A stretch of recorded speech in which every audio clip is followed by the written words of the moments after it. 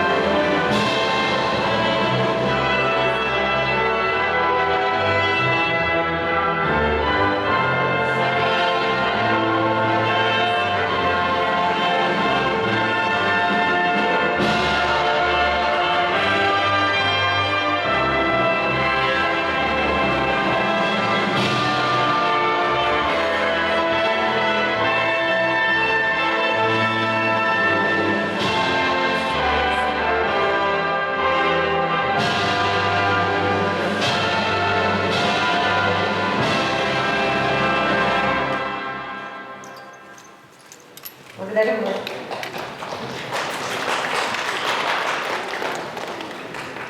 Мы живем в очень непростое и одновременно великое время.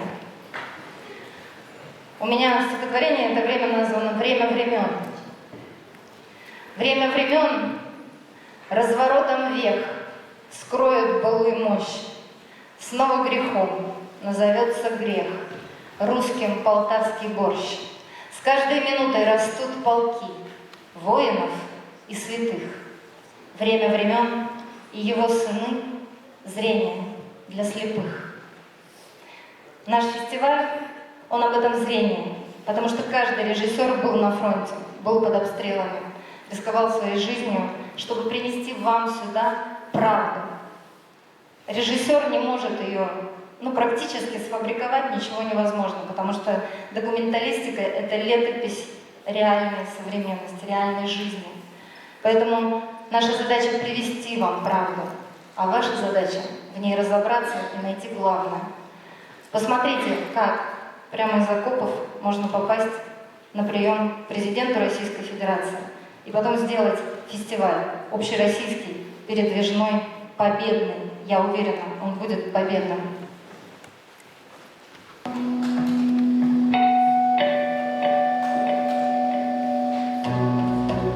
Очень бы хотелось создать вот этот фестиваль кино на службе Отечеству. Владимир Владимирович, очень на вас рассчитываю. Помощь вам будет обеспечена. Владимир Владимирович, ваше поручение выполнено. Мы создали фестиваль за 3 недели.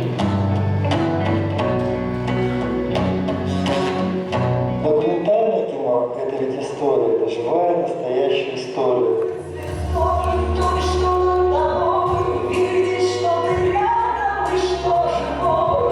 Когда события на Донбассе искажаются или демонстративно замалчиваются, честное кино наш лучший аргумент и беспристрастный свидетель. Наш народ – это народ слова, это народ образа. Нам нужны образы, нам нужны слова. Фестиваль нужен, чтобы люди, во-первых, увидели, что такое война, и сделали все, чтобы она прекратилась как можно быстрее, так скажем, завершилась победой. Победа куется в тылу. Поэтому мы вот здесь, на этом фестивале, таким образом говорим о том, что мы там с нашими бойцами. Мобилизация – это обо всех, у каждого на своем месте.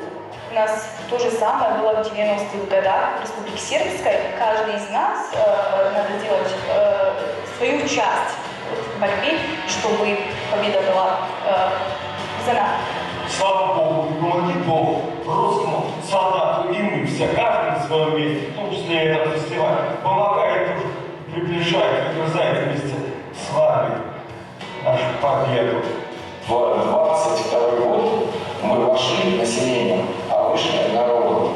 Этот фестиваль отличает то, что здесь действительно собрались бескорыстные, честные люди, которые поехали на фронт без каких бы то ни было прицелов на какую-то материальную выгоду или на какую-то славу или еще на что-то. Я должен рядом это все наблюдать, снимать, для того, чтобы потом вам мне было что сказать и что показать. Это попытка в научную историю соединить с общим представлением для зрителя, что вообще происходило на Донбассе и что происходит сейчас. Весь фестиваль, его нужно перенести именно на школьные площадки. Фестиваль начат, мы едем в дальнейшее путешествие по всей России, и с нами едут лучшие люди, потому что для тех, кто верит в победу России и в ее будущее.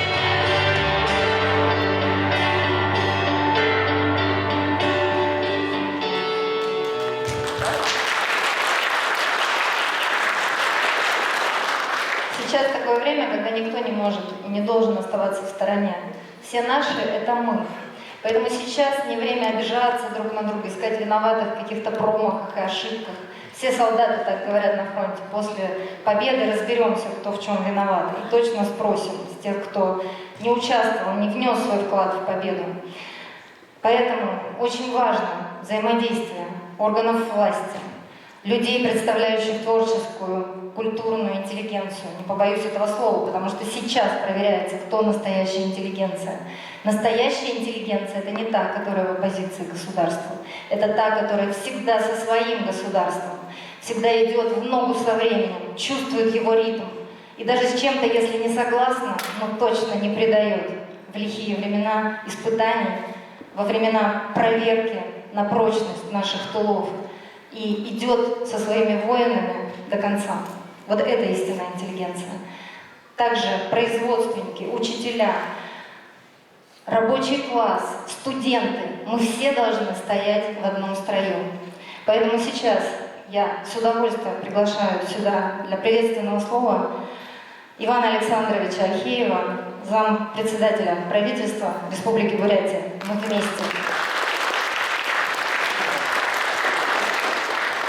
Добрый день, дорогие друзья!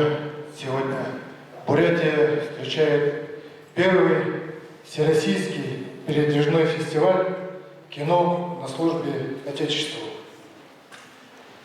Олеся Николаевна Шигаева, организатор и председатель оргкомитета фестиваля, привезла со своей делегацией 20 документальных фильмов о Донбассе. Этот фестиваль посвящен годовщине специальной военной операции.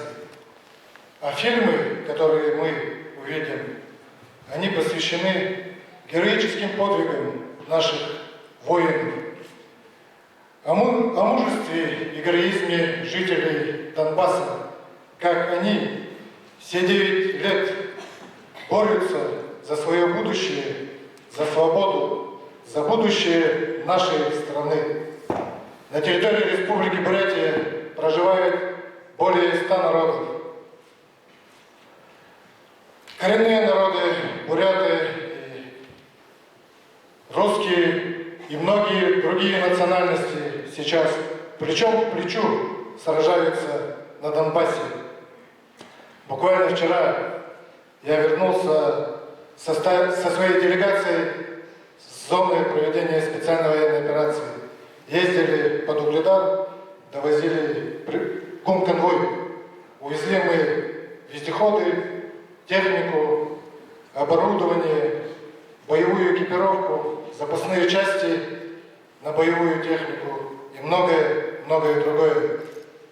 Мы в ежедневном режиме постоянно находимся на связи с командирами наших боевых подразделений. И они нам делают заявки адресные, именно что им необходимо в данный момент. И мы в кратчайшие сроки, буквально счет идет на дни, мы выполняем, отрабатываем по заявкам, отрабатывают наши жители, предприниматели, наши волонтеры наших волонтерских центров. Они шьют, изготавливают маскировочные сети. С осени уже связали и направили на СВО более 10 тысяч маскировочных сетей. Шьют экипировку, бронежилеты и многое другое. Собирают финансовые средства. Поэтому в Бурятии нет семьи, из которой либо сыновья, дети, внуки, знакомые, друзья не принимали бы участие в специальной военной операции. Поэтому каждый житель должен знать, и через кино мы должны и обязаны донести правду о том, что происходит в данное время на Донбассе. Как все эти годы, начиная с 2014 года, после военного переворота, правительством Украины проводилась политика геноцида в отношении жителей Донбасса.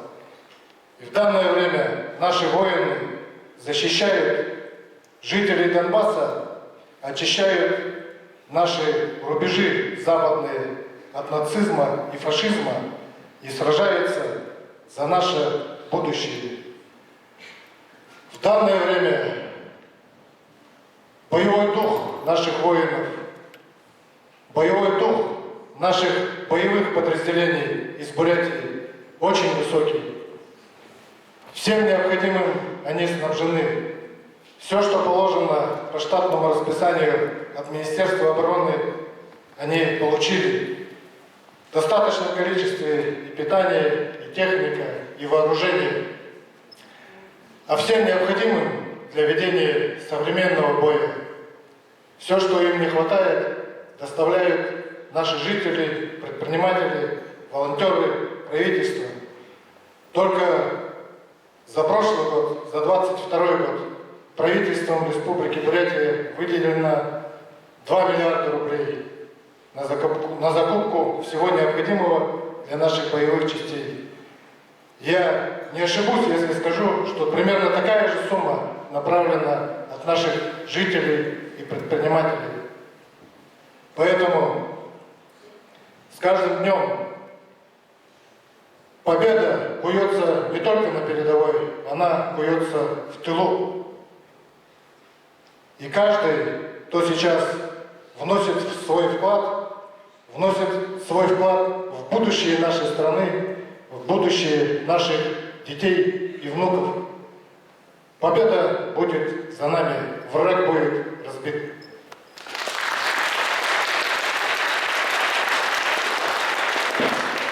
Благодарю вас, Иван Александрович. А сейчас посмотрим, какие 20 фильмов мы вам привезли. Посмотрите, ребят, ролик.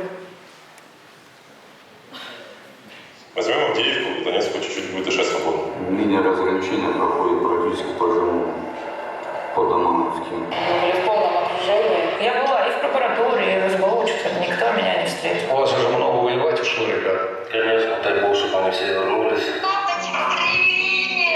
Привет. Ой, вы молодцы. Я знаю, если рай над головой, над перекати полем, да перелет травой. Ну да что гадать, мы-то еще здесь.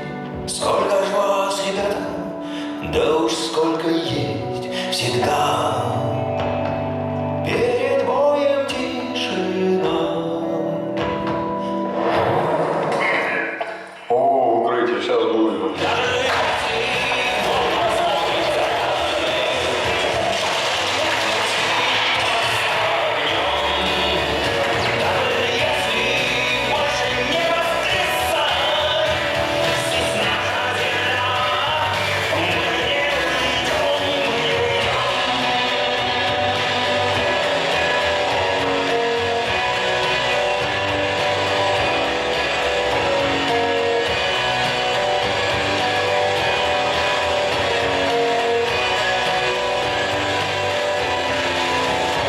Мы не уйдем.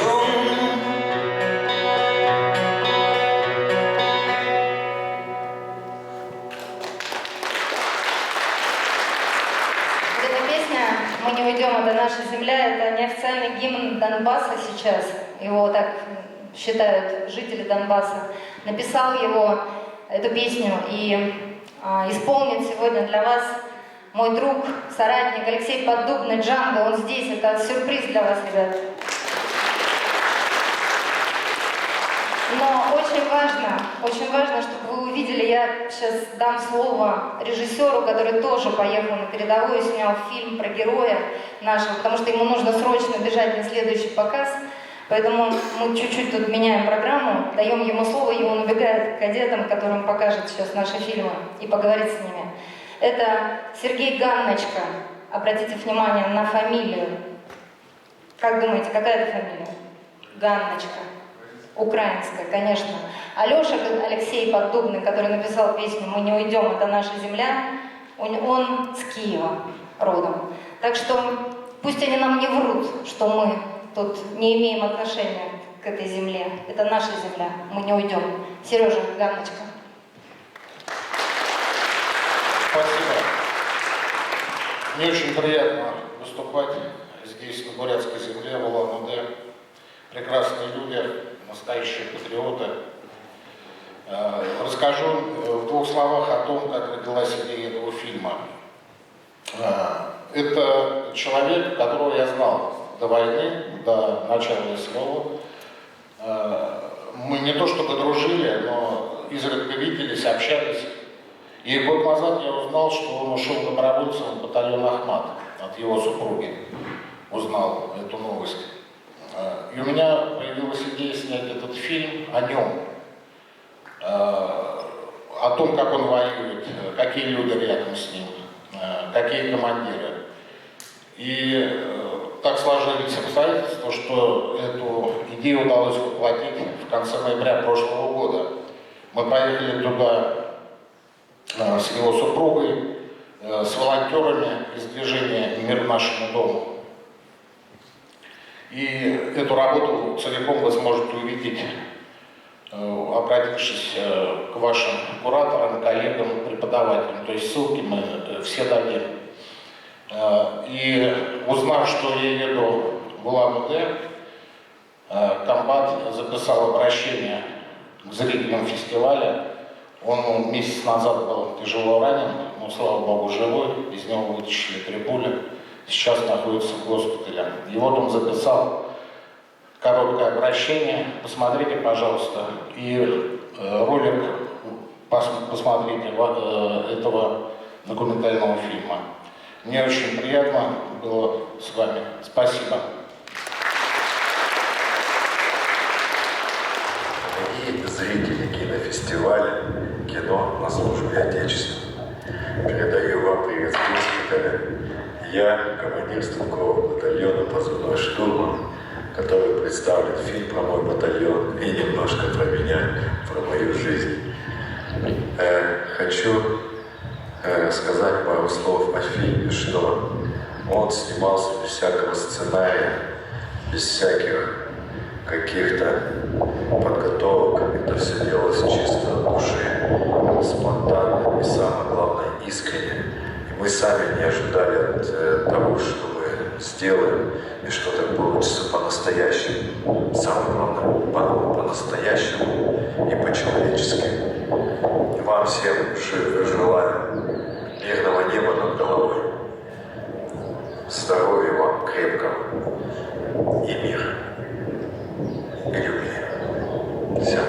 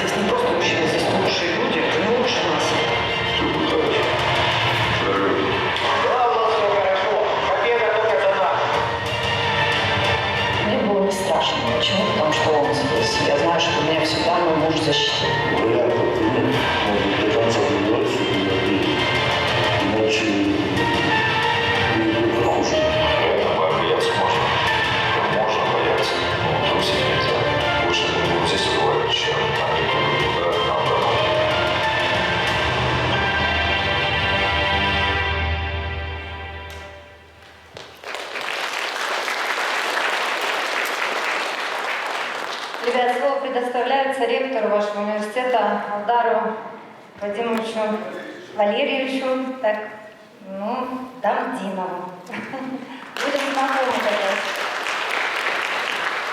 Большое спасибо, дорогие друзья, уважаемые студенты, школьники, уважаемые наши гости. Для нас почетно принимать такой фестиваль именно в Бурятском государственном университете. Поверьте, в Бурятском госуниверситете учатся и самые лучшие студенты, и самые граждане Республики Бурятия, Российской Федерации, которые понимают, что такое патриотизм, что такое гражданский долг. Сейчас они эту работу делают на своей студенческой скамье. Главная задача – это получить хорошее образование. Мы все понимаем, что сегодня главное наше преимущество Российской Федерации – это в сильных людях, знающих профессиональных, как вот на экране ребята, которые сегодня отдают свои жизни за будущее нашей страны. Я приветствую и говорю о том, что, конечно же, кино – это, наверное, очень важный такой элемент, в хорошем смысле слова, пропаганды. И вы помните, наверное, фразу из фильма «Москва слезам не верит», когда говорил, что газеты, театры и кино, когда дойдут, останется только телевидение. Сегодня помимо телевидения есть еще и социальные сети, есть аккаунты и так далее. Но кино, в любом случае, кино важно. Мы все с вами понимаем, что вот именно те образы, которые создаются в фильмах, они потом остаются навсегда в памяти человеческой и становятся образами для поведенческого такого характера. Поэтому мы все с вами воспитаны, по крайней мере, мое поколение, чуть старше, чуть младше, на тех фильмах советских про войну. И да, я помню очень хорошо, в детстве играли в войнушку, и не дай бог тебя еще изберут, что ты будешь за фашистов там биться, да, там, это же история такая. Поэтому, конечно, мы воспитаны на тех фильмах, понимали прекрасно, что такое война.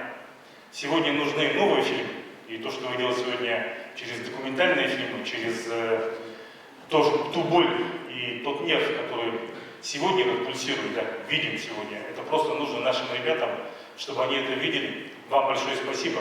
Спасибо всем режиссерам и тем, кто создает эти фильмы. Надеюсь, что этот фестиваль, он пройдет по всей стране, но при этом будущее у него будет только такой победоносный. То есть следующий фестиваль нужно сделать, когда вот с победой все называется. Поэтому еще раз вам спасибо, удачи. Ну а Бурятский госуниверситет всегда готов к сотрудничеству. Будем сотрудничать. ребят, кстати, спрос с вас особенно высок, потому что от вас очень многое зависит. Вот я вообще многодетная мама. У меня 4 моих собственных, и еще первого нашего мы вырастили вместе, то есть 5 детей. И один из них ваш ровесник. Ваш абсолютный ровесник. На 2-м курсе университета МГУ он принял решение пойти в армию, потому что университет перевели на удаленную систему обучения. Он у меня такой человек, воин, одним словом. Не в его правилах сидеть за компьютером целый день. Игры ему не интересны, игрушки в этом компьютере, там всякие вот эти стрелялки и так далее, это вообще не его тема. Он готов ехать в деревни, изучать народ, разговаривать с ними, нырять на глубины, подниматься на высоты, но только не сидеть в компьютере. Всем вам этого желаю. И вот он говорит: мам, чтобы стать мужчиной, я должен пойти в армию. Он пошел просто на научную службу на год. И на 3-м месяце его очной службы объявляется СВО. Он был в пехоте. Кстати, сегодня утром мы выступали в 5-й бригаде танковой. Вот он был в такой бригаде. И выдали ему не очень новую форму. Он ходил в этой форме все 3 месяца. Мы предлагали ему ее поменять, потому что обычно я выступаю в его кителе, но сегодня решила так вот.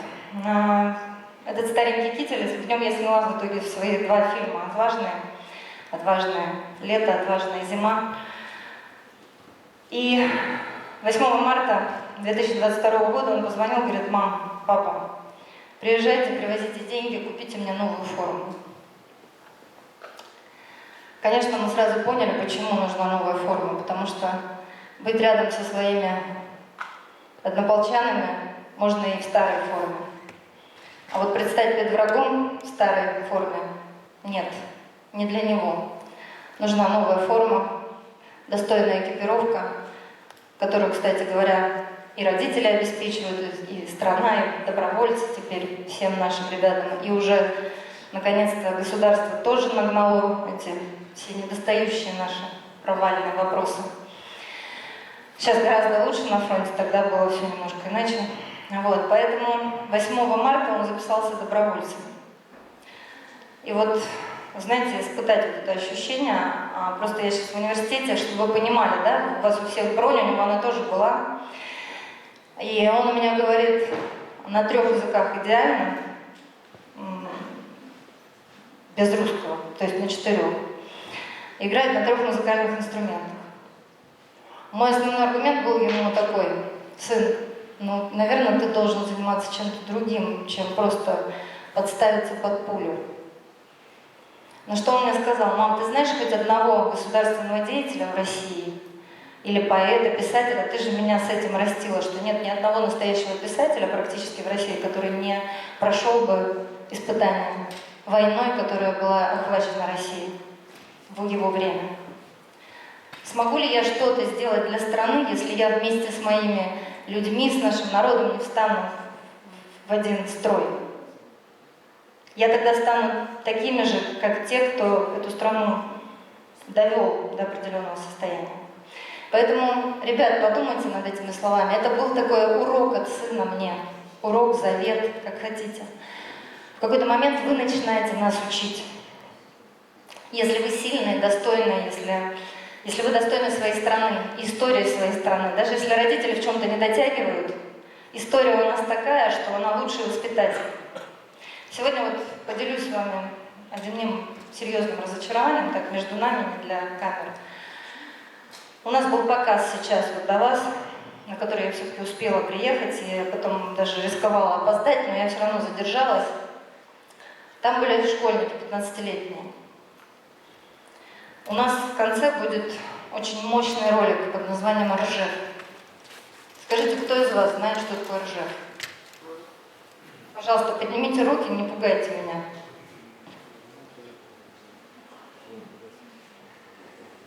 Посмотрите, обернитесь.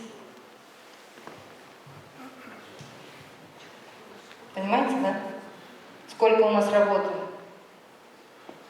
Расскажи, что такое Ржев. Город воинской славы. Точно. Точно. Вы понимаете, как мало рук в зале, ребят? Я надеюсь, что просто кто-то из скромности не поднял. Но там мальчишки 15-летние, девчонки, они правда не знали. Они хотят знать. Они реально хотят знать. Поэтому я обращаюсь сейчас к педагогам. Просто умоляю вас, давайте работать. Давайте работать. Директора школ должны следить за учителями истории, потому что там очень много просто предателей. И таких нужно просто увольнять. Вот мощный ролик, который заканчивает нашу встречу, Ржев. Это один из лучших поэтов сегодняшнего времени, Влад Маленко, написал такое завещание, завет молодежи в стихах, мощнейшее. И просто для справки, под Ржевом погибло 800 тысяч советских солдат. По сути, они задержали взятие Москвы. Это были солдаты со всех регионов России. Там были буряты. Не знать это нельзя, невозможно, ребят, надо это знать. Ищите, ройтесь, ищите правду, ищите. Вы студенты, вы не можете не знать. Ваша задача сейчас, если вы не на фронте, здесь искать, добывать, писать, отвлечься от этих игр, которые просто вам заморочили голову, ребят. Читайте книги. А я вам прочту стихотворение, которое родилось, когда я провожала сына на войну. За каждым из сыновей стоит мама.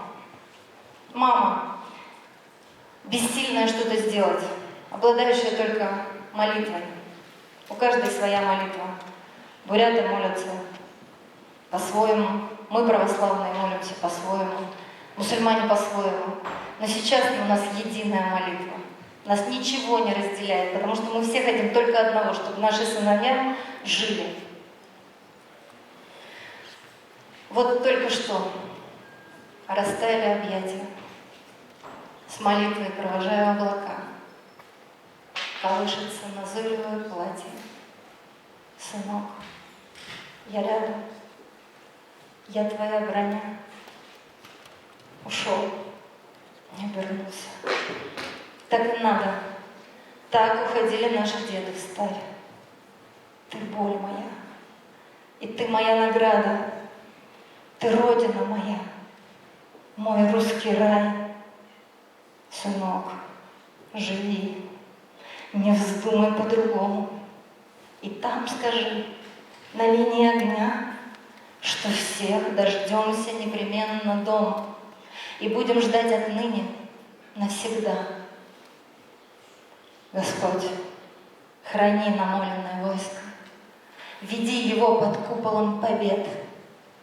Бригады ангелов, в ряды живые, стройтесь, и шаг с ребятами печатайте след, след.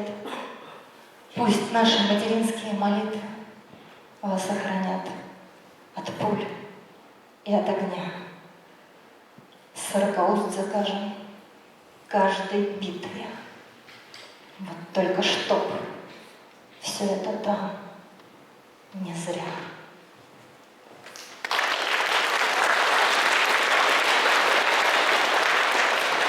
Ребята, все, чтобы там было не зря, зависит от вас. Вот просто реально прямо от вас.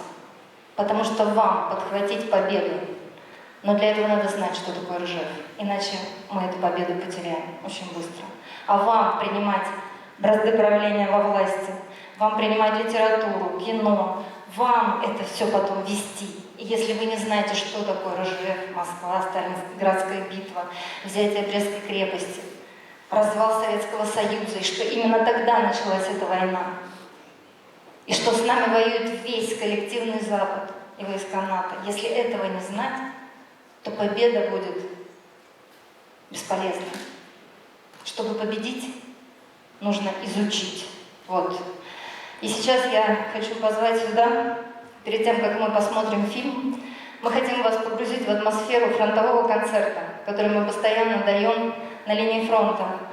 Сейчас сюда выйдет Алексей Поддубный, Джанго, Игорь Лазарев с песнями, которые мы ребятам дарим там, чтобы дух боевой креп, читаем им стихи, которые пишем, разговариваем с ними, внушаем им уверенность в том, что здесь каждый с ними. Мы всегда говорим: тыл с вами, и это главное. Алексей Поддубный, Игорь Лазарев с песнями, которые мы везем на фронт.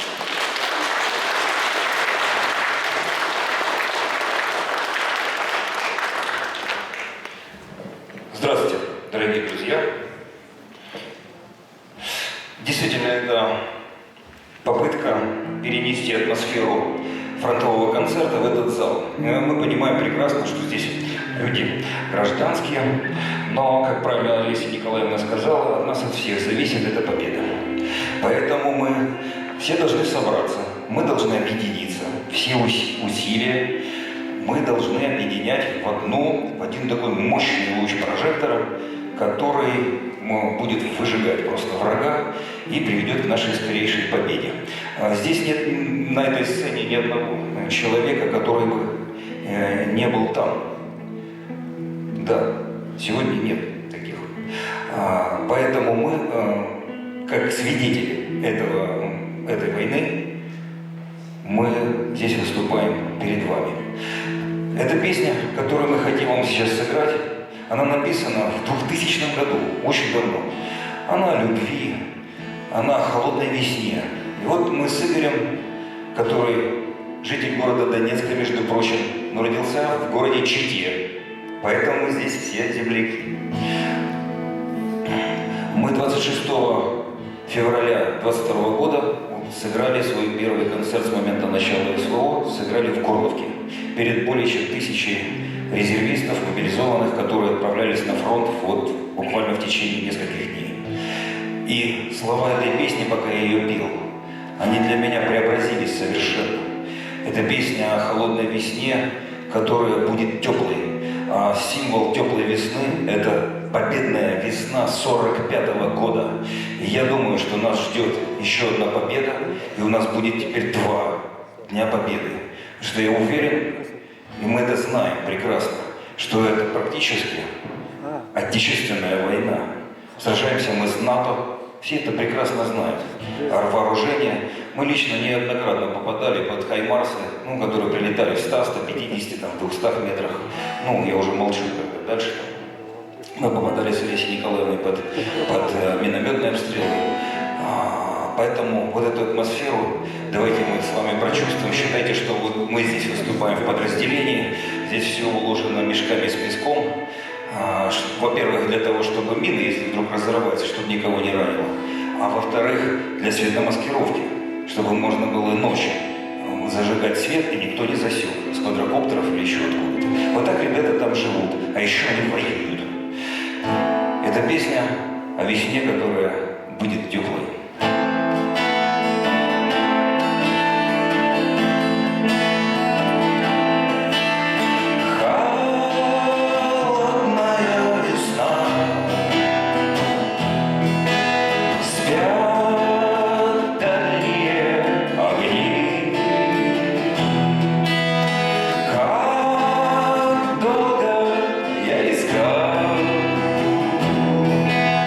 Мечту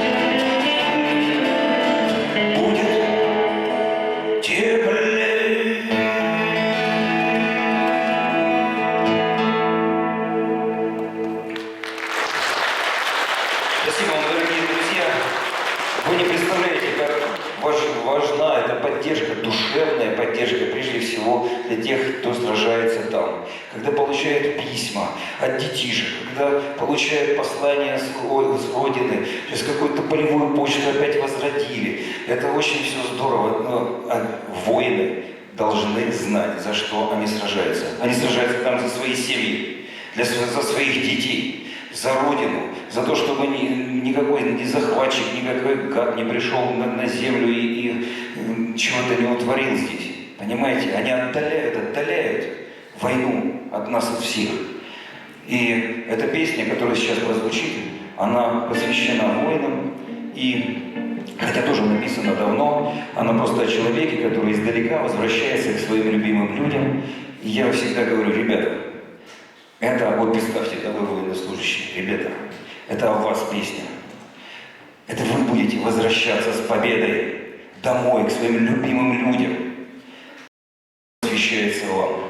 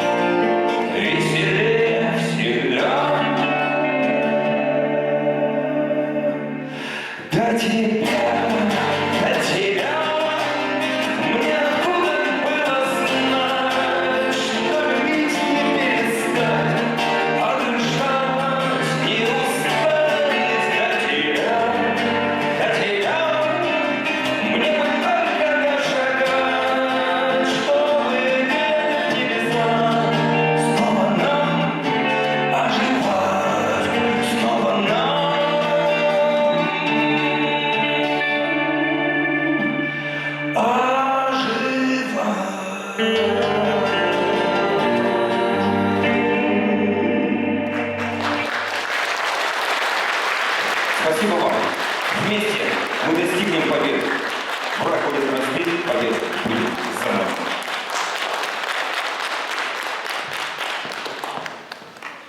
О, я заслушалась, слушайте.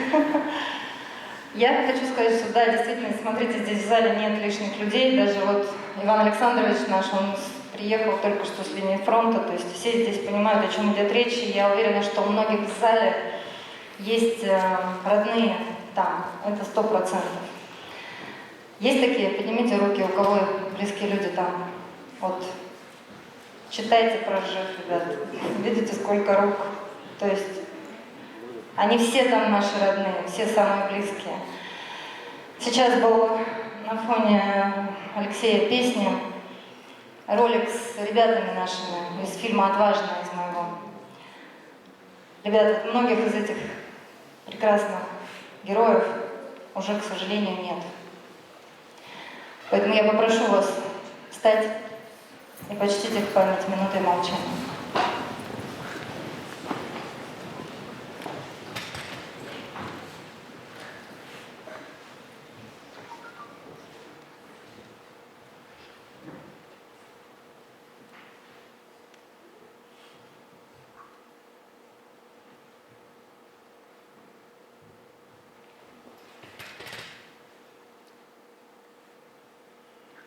Благодарю вас.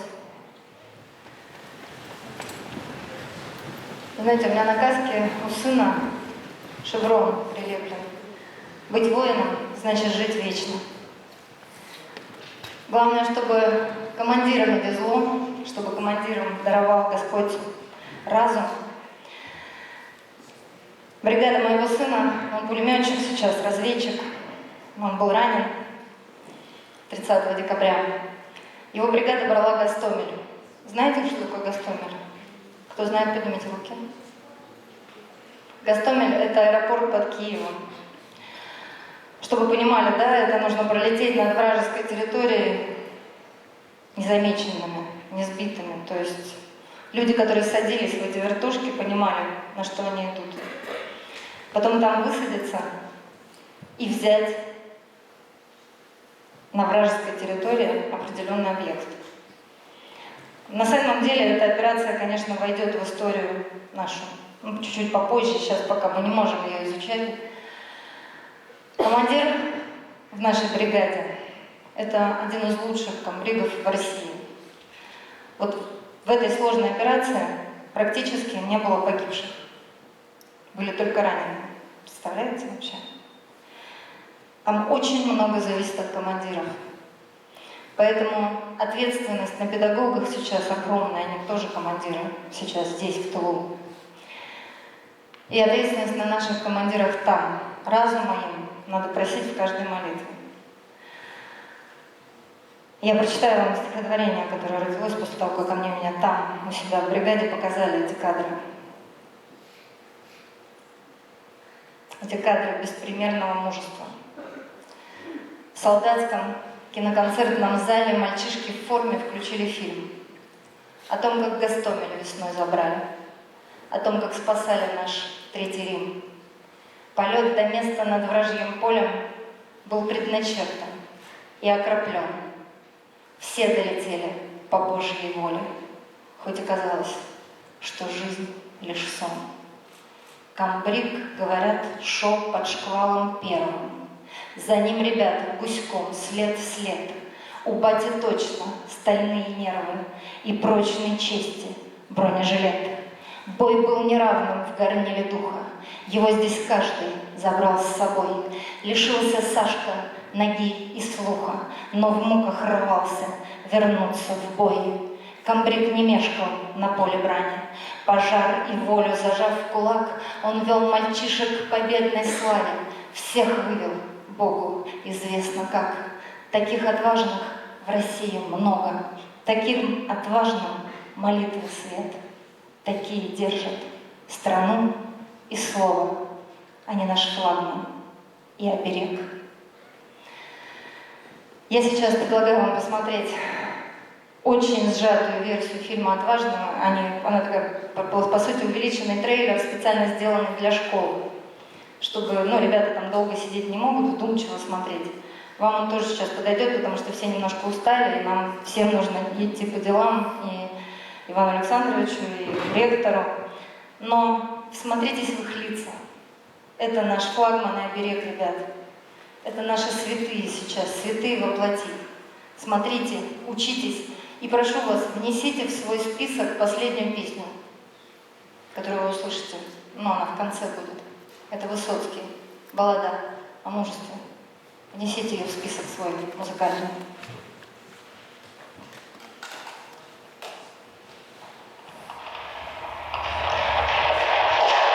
Пчела, пчела, я Кир. Какой у вас позывной? У меня Дуга. А у мужа как позывной? Муравей. Позывной Луна, позывной Маугли. Позывной я Сон. У меня Барс. Соми, Шура и Кох. Собака. Позывной Вилли. Вот куда? Хималов. Армения национальность, да. Ну, Вот здесь, собственно, Советский Союз, здесь у нас казах, вот, чуваш, татары. Вообще я родом с Казахстана. Ненецкий автономный округ, город Нариман, с Москвы. С Москвы? Да, местные такие. Кузнецк. Новосибирская область. С Москвы. Вот еще один почти. я поняла, что вы два друга, да? Да, город Майкоп, республика Адыгея. С Рязани. Я наполовину фин, отец у меня чистый фин. Дед переехал в Петербург. Питер. Фрунзенский район. Красное село.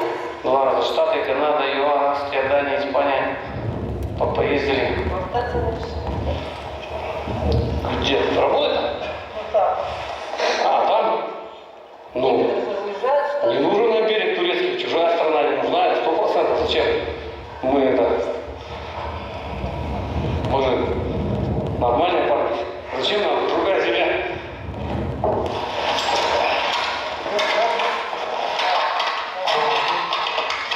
Очень ждут.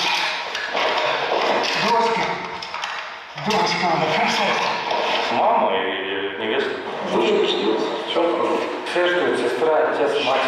Девушка, мать ждет. Девушка и мама. Вроде бы это специальность при мобилизации. Ирина, вот на следующей неделе, если уже будет. Может, там будет еще давайте какая миссия вам сказала. Зайка, мой номер на территории. Сохрани, пожалуйста. Трое суток я на этом номере. Давай, целую. Давай, пока, детишек целую. Пока. Жена очень переживает, но говорит, что дождется. Да у нас ваша гитара не струна. Вы ее лучше искали эту струну, пока оказалось, что взять гитару легче. Она даже настроена. Русского солдата два оружия.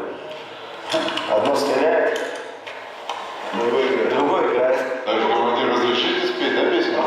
Группа крови, все помнят. 50 на 50. А я постараюсь вернуться.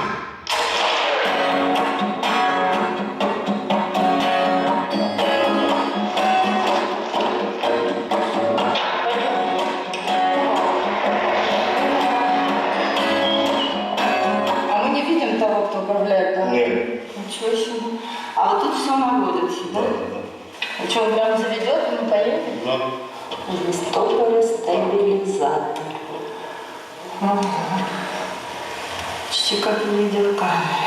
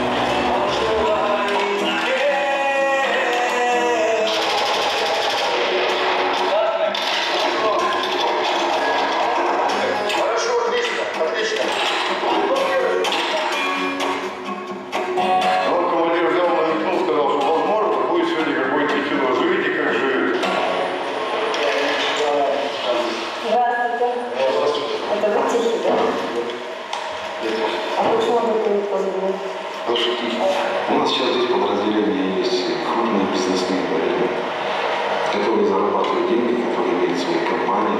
Также депутатов, у нас 4 депутата. Я являюсь депутатом Государственного совета Республики Татарстан. А, кстати, у нас в подразделении есть мировая звезда, даже известная, шестикратный чемпион мира по английскому, на сегодняшний день действующий. Хорошо. Рычаги хорошие. Не, на самом деле, если потренироваться, был бы толк. Как я еще сюда пришел, друзьям начал помогать, гуманитарию отправлять. Вот. После чего у меня моих двоих очень близких друзей умерли, моя свобода. И решил тоже пойти. Дети есть? Дети есть. 4.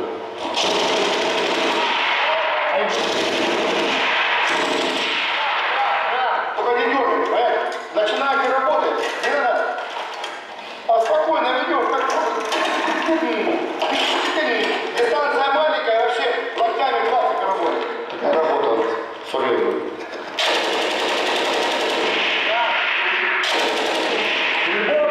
Красный! Почему решил пойти? Идейных, по идейным соображениям. Собралась, как жена декабриста рванула замуж. Просилась с февраля, на 5-й месяц я все-таки сломала мужа. Я с 15-го года, она с 16-го. И какая красивая пара. Вообще песовский. Только 14-го выезжали с Песок, уже ничего не страшно. А почему мама говорит, из-за внешности? Сам придумал или тебе дали? Кстати, красноярский парк. Давно. Сибиряк, да? Да, Сибирь. А ты за что выйдешь? За Россию, конечно. За что мы еще говорим? Родина одна. Присягу принимал. Стреляйте в меня, Родину люблю. Домой не хочу.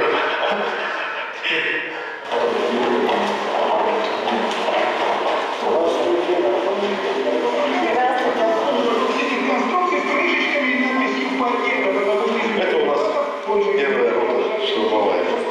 Спрашивали, были щи. Очень вкусная, приготовленная свежих продуктов с Молдав. Очень вкусно, что у нас руки золотые. Вы расскажите, вы с Урала, что ли, да?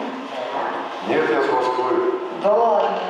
Что, в Москве тоже знают, что такое щи? Знаю, конечно. Но я как бы всю жизнь Первый раз прожил. Кстати, у меня поэтому хороший русский. Потому что я в диаспоре воспитывался. Да, так и кто? Так, я кто? Вообще удивитесь. Гуцул с Полоны. Вот такая когда, представляете? Ну, хочу нас угостить, если вы... Да, у нас такая реклама, надо пробовать. Сейчас, я две даю. Вот она, настоящая демократия. Гуцул наливает, депутат ложки раздает. Страна начинает жить правильной жизнью, слушайте. Не было бы счастья, да несчастье помогло, как говорится. И вот эта вся может ситуация, она сделает нас только лучше, только сильнее. Однозначно, я уверен, абсолютно. И вот эти уроки войны, они дают нам возможность и время прийти в себя, перестать заниматься тем, чем занимались на протяжении всего этого времени, забывали про Бога, забывали про наши корни. Это время, оно, наверное, золотое время, несмотря на боль, утраты, потери, на ужасы войны, потому что люди просыпаются, люди понимают, что нужно свою зарплату тратить не только на себя, а еще и поделиться и отправить что-то в качестве гуманитарки. Значит, 200 мягких носилок вам. Вот, видишь, девочка в детском саду получала это на обед, видимо, не кушала, оставляла. Алина, 3 годика. Пугачев, сад номер 12, младшая группа номер 7. Дети, самое близкое, передали ребятам. Шлю вам большой привет. Желаю крепкого здоровья, сил, мужества и удачи. А пока мы с Богом, нас не запугать. Рома Лугинский, 5 Б, Санкт-Петербург. Посмотрите, что... Михаил Лугин. Вообще. Николай Федорович. Да. Солдаты начинают рассказывать парнишка, что вы представляете, когда я сражался, там где ногу потерял, какой-то мужского мальчика, он говорит, это у врага тоже барьер какой-то, только с украинской стороны, говорит, представляете, у него вот такая же иконка не говорит кушать. А меня правда дрожит про него. То есть одним богом того иконка Николай Чудотворец оберегает, этого оберегает Николай Чудотворец. Что ж творится, да? И эти парнишки, тут один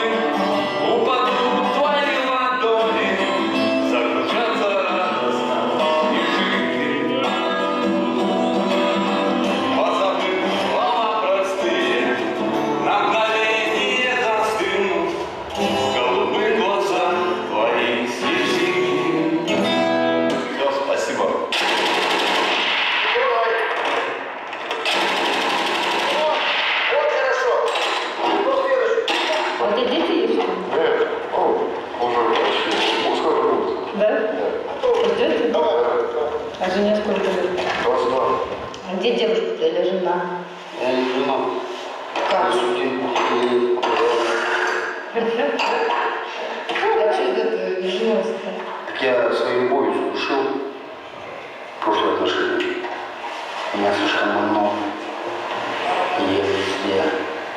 Слушай, вот человек, когда влюбляется, он цепляется за что-то, что прошло, он не боится осознать, что как бы любви нет, что вот этого нет.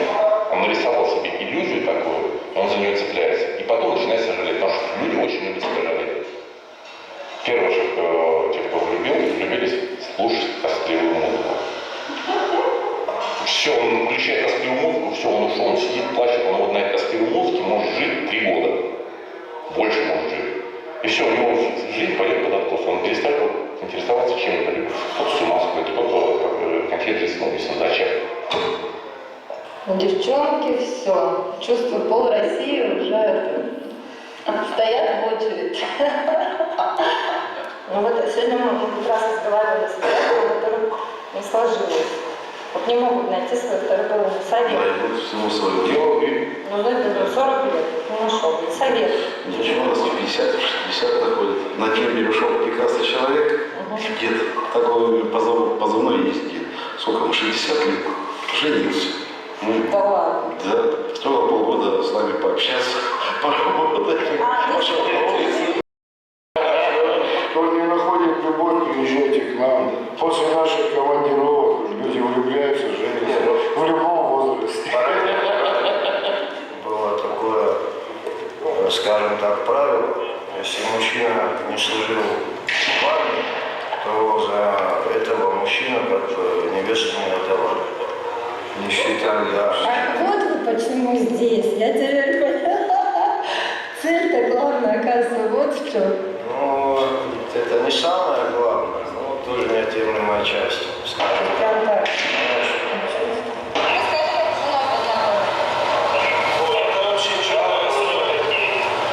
Познакомились, как ни странно, в интернете.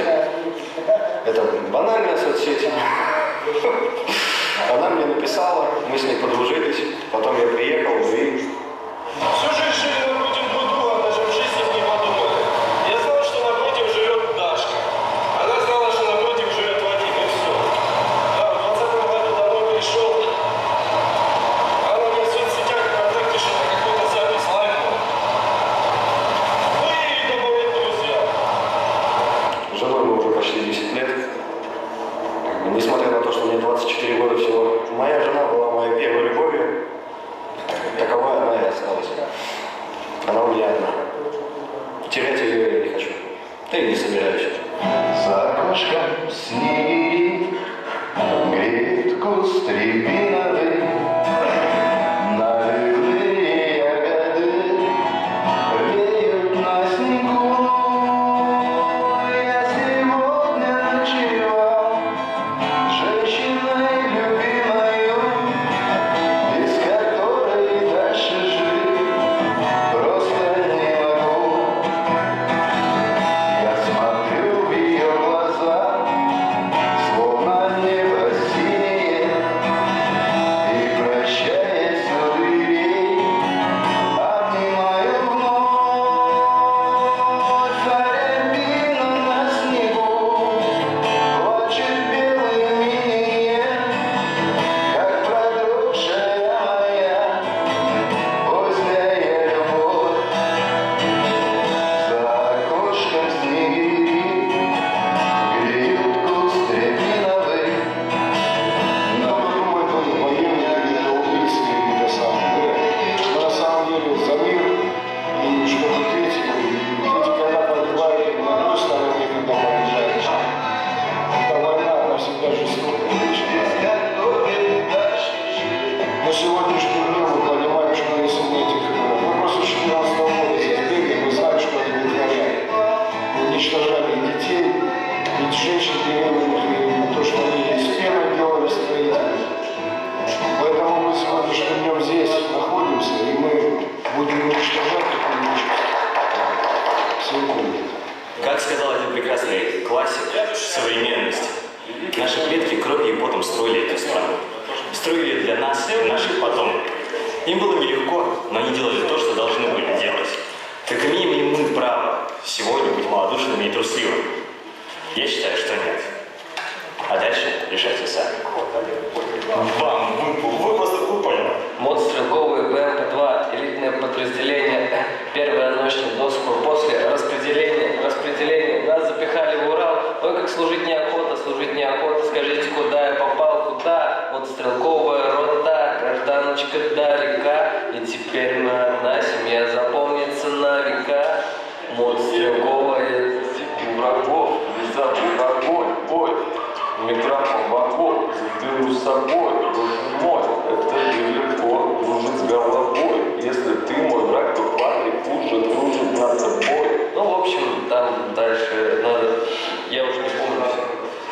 Да я, помню, как бы, аккомпанемент надо, я не буду без музыки, это все, уже хватит, уже много, все, я спать, извините.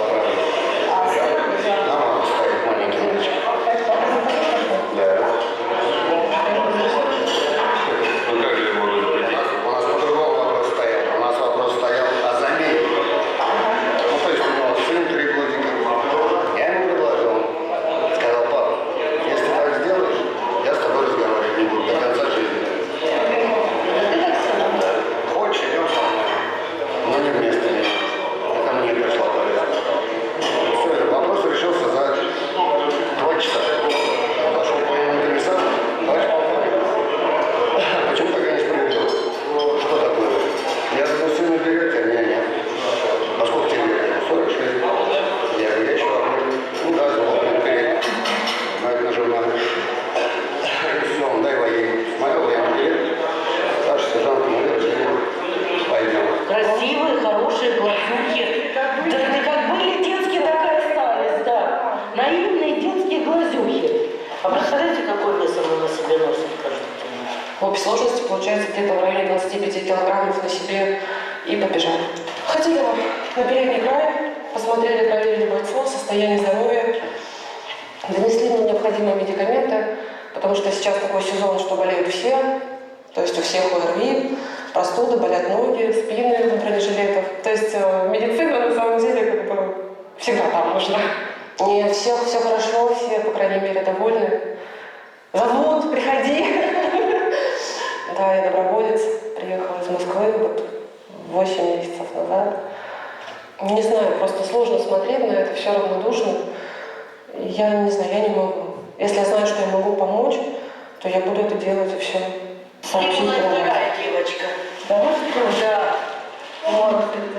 Вот наша красавица. Заходи, чего ты лежала? Заходи. Да, конечно. Русская красавица. А влюбленность есть? Скажем так, не сделать предложение. Один из наших бойцов. Один из ваших? Один из наших бойцов. Нет, это секрет девушки, я не могу рассказывать. Они не влюблялись? Нет. А здесь как-то получается, что не смотришь на бойца как на потенциального там партнера. То есть это боец, это вот коллега, то есть друг. Я не знаю, может мне пока не повезло, но пока вот это и вот это. Да, командир, вам повезло. Да, всем нам повезло. Да. Самое главное тебя победить и вернуться домой. Девчонок этих нужно вернуть домой живым.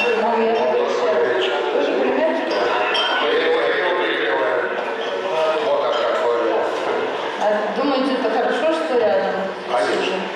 Но точно не хуже. Не хуже, это однозначно, а то, что лучше, то...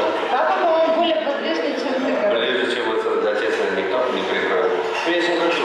Мы можем с ним поругаться, пообщаться. Да что, конечно, встает утром, бутерброд готов, сходит. Вроде мелочь, а кто позаботится? Никто вот здесь ему не накроется, мама нам мы. Ну, такие нюансы, конечно, жизни. Порядок, все приучаю. Может, армия его приучит. И нынешнее руководство нас.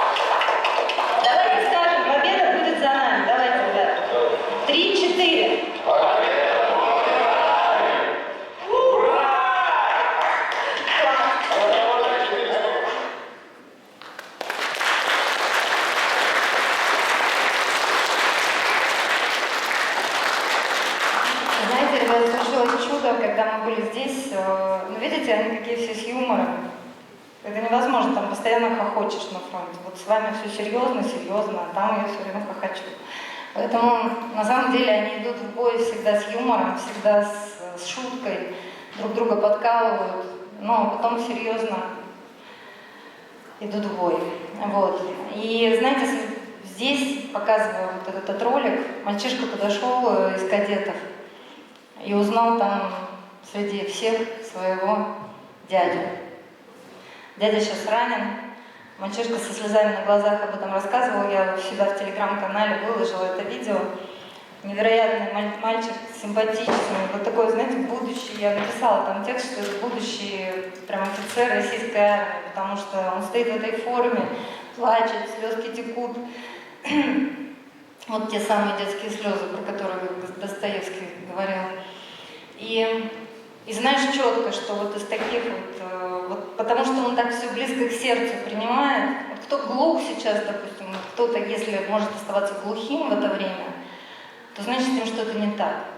А тот, у кого слеза наворачивается, просто глядя в эти лица, значит все хорошо с душой, значит воин. Вот парадокс.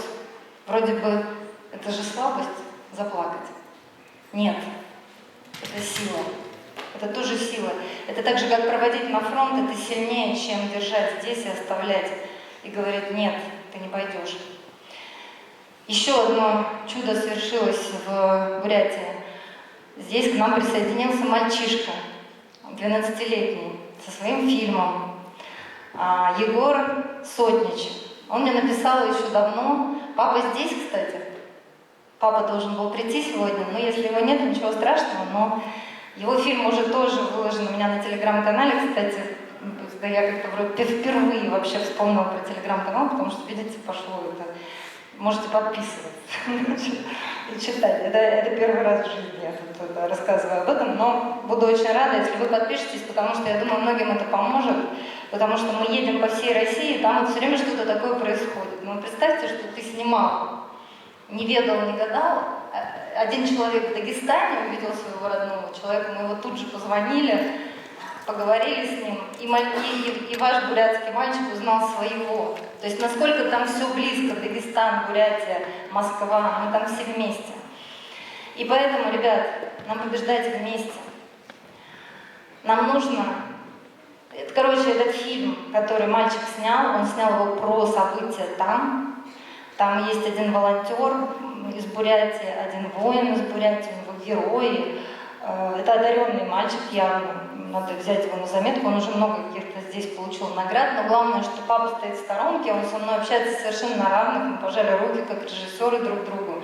И теперь его фильм будем показывать в школах, потому что это очень важно, как ребенок это понимает, видит. Это вот, может быть, нам вообще всем тот же самый урок, детский урок, очень важно. Вот, поэтому заканчиваем мы наш дискурс. Это больше похоже на разговор, на диалог с вами. Главное, чтобы у вас внутренний был отклик и диалог. Сейчас внутренний важнее, чем если даже мы поговорим воочию. Послушайте, это величайшее стихотворение Влада Маленко, которое мы всегда ставим в конце. Это абсолютный вам завет. Ребят, вслушайтесь в каждую фразу, я вас прошу. Ржев, Влад Маленко, о связи времен. Вчера и сегодня.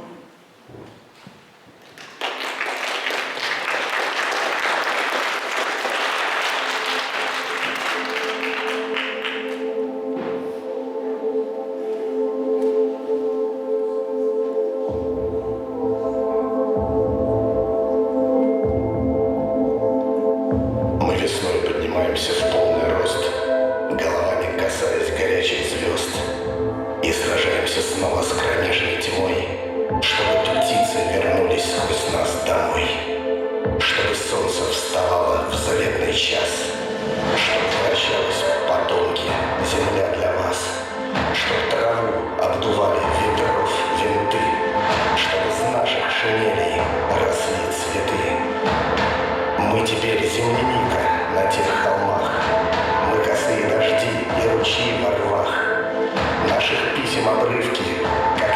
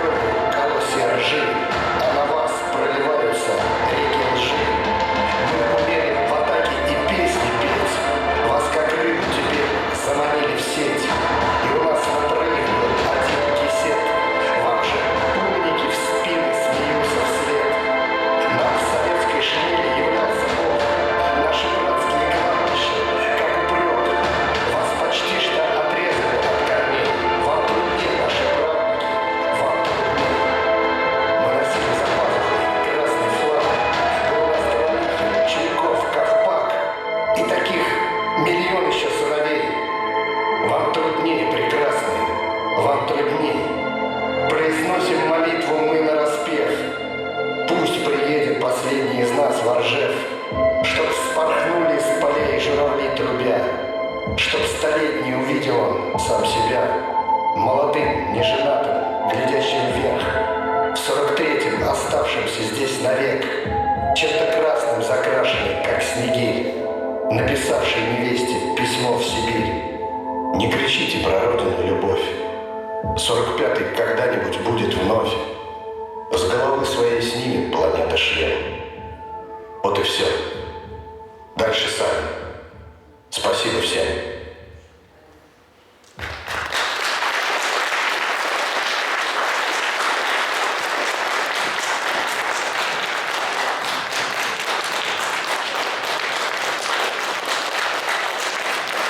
Алексей Игорь. И вся наша команда, выходите сюда, ребят. Стас, Аня.